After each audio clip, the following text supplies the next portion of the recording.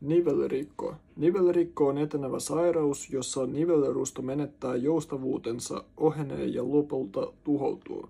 Tämä johtaa nivelpintojen paljastumiseen ja luun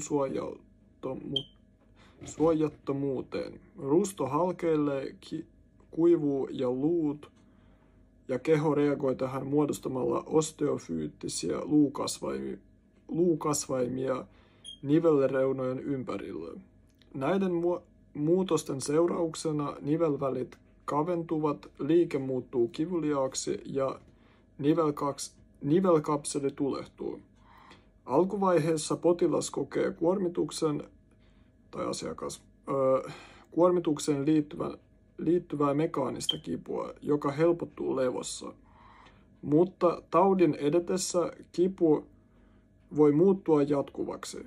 Liikekipu, aamukäynnistyskivut rahinaliikkeessä ja nivelten muuttuneet ääriliikeradat ovat tavallisia oireita.